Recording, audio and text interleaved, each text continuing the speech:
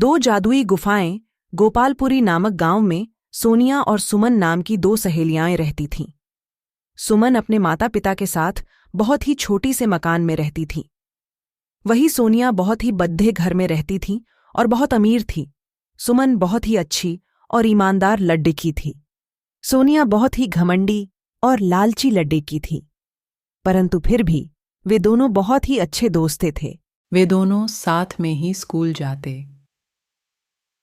और साथ में ही घर आते। स्कूल से आने के बाद दोनों रोज शाम को पार्क घूमने जाते थे। फिर एक दिन सुमन सोनिया से कहती हैं, तुम्हें पता है, हमारे गांव के बाहर वाले जंगल में कोई गुफा है और मैंने सुना है जो कोई भी उस गुफा में जाता है वो वापस लौटकर नहीं आता। ये सब कहने की बातें हैं, ऐसा कुछ भी नहीं है। चलो हम आज ही उस गुफा के पास घूमने जाते हैं। अच्छा, तुम कहती हो तो चलते हैं। फिर अगले दिन सुबह सुबह सोनिया और सुमन उस गुफा की ओर घूमने चल पड़ते हैं। थोड़ी दूर चलने के बाद उन्हें दो जादुई नजर आता है। देखा सोनिया, यहाँ दो गुफा है, हमें कौन सी गुफा में जाना चाहिए? अरे मुझे क्या पता। सुमन और सोनिया दोनों ये सोच ही रही थीं कि कौन सी गुफा में जाए।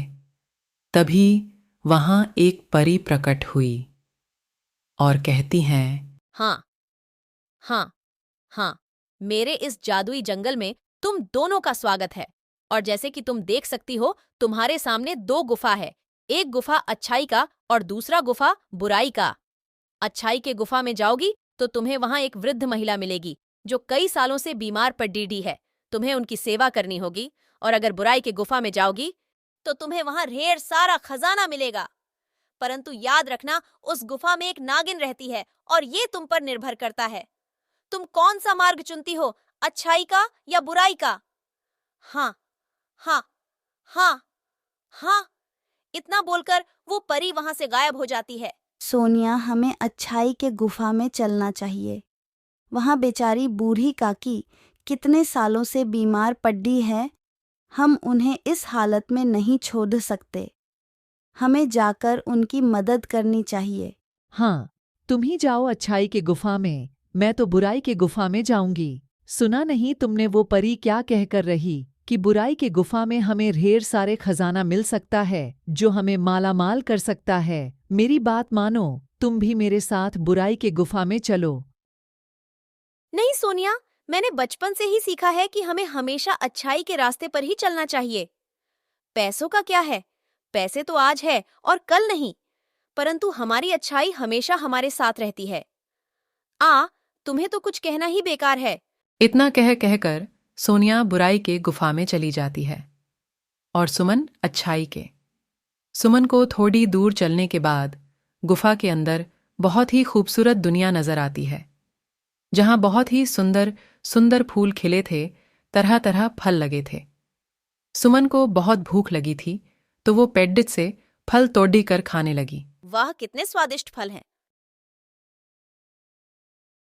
तभी सुमन को वहां एक कुटिया नजर आती है जिसमें से खांसने की आवाज आती है। सुमन उस कुटी के पास जाती है और कहती है, आ गई हूं आपकी देखभाल करने। अब आप बहुत जल्दी ठीक हो जाएंगी। सुमन सच्चे मन से उस अम्मा की देखभाल में लग जाती है, दिन रात उनकी सेवा करती है।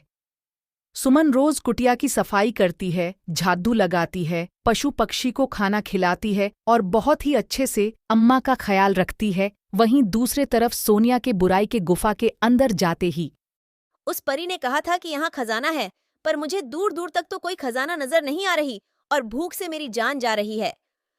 फिर थोड़ी और आगे चलने पर सोनिया को कुछ चमकती हुई चीज दिखाई देती है। अरे वाह, मिल गया खजाना। मैं जल्दी से उस खजाने के पास जाती हूँ और सारा खजाना ले लेती हूँ। फिर मैं और अमीर बन जाऊंगी। हाँ हाँ हाँ, ये सोचकर सोनिया खजाना लेने आगे बढ़ती है। उसे वहां ढेर सारा खजाना नजर आता है। अरे वाह, इतना सारा खजाना!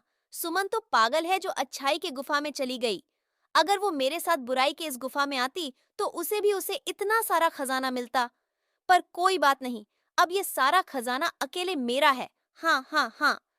ये सोचकर सोनिया जैसे ही खजाने को हाथ लगाती है, वो खजाना गायब हो जाता है। लालची, लड्डकी, अब तेरा लालच ही तुझे ले डुबेगा।